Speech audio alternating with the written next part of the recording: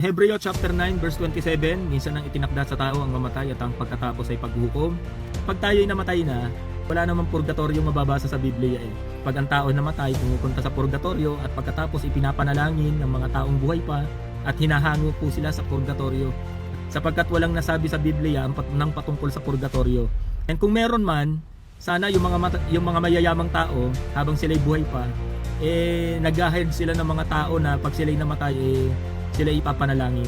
Merong isang manggagawa na pumunta sa pastor at ang sabi, "Pastor, ipanalangin po ninyo ang aking mahal sa buhay na namatay na."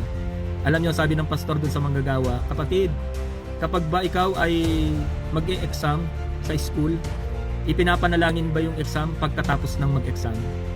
Sabi nung manggagawa, sabi, "Hindi po pastor, bago po mag-exam, kailangan manalangin." So ganun po yun, mga kapatid. Ang isang taong namatay na, ay siya po ihahatulan na base sa kanyang ginawa. Kahit anong panalangin pa po ang gawin natin, wala na pong mangyayari. Kasi tapos na eh.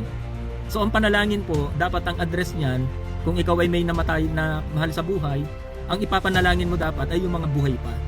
So yung mga namatay na, wala na po tayong chance na ipanalangin sila sapagkat hinahatulan na po sila base po sa kanilang mga ginawa dito sa lupa. Kagaya ng pag-e-exam, hindi ka nananalangin ipasa ka sa exam pagkatapos na ng exam. Ang gagawin kasi natin yan, himala, gagawa natin, parang babaguhin ni Lord yung resulta ng exam. Hindi po ganoon, mga kapatid. Napanalangin po ang isang tao habang siya'y buhay pa. At siya po ay makakilala sa Panginoon at sa gayon ay maligtas sa biyaya ng Panginoon. Ayun po ba?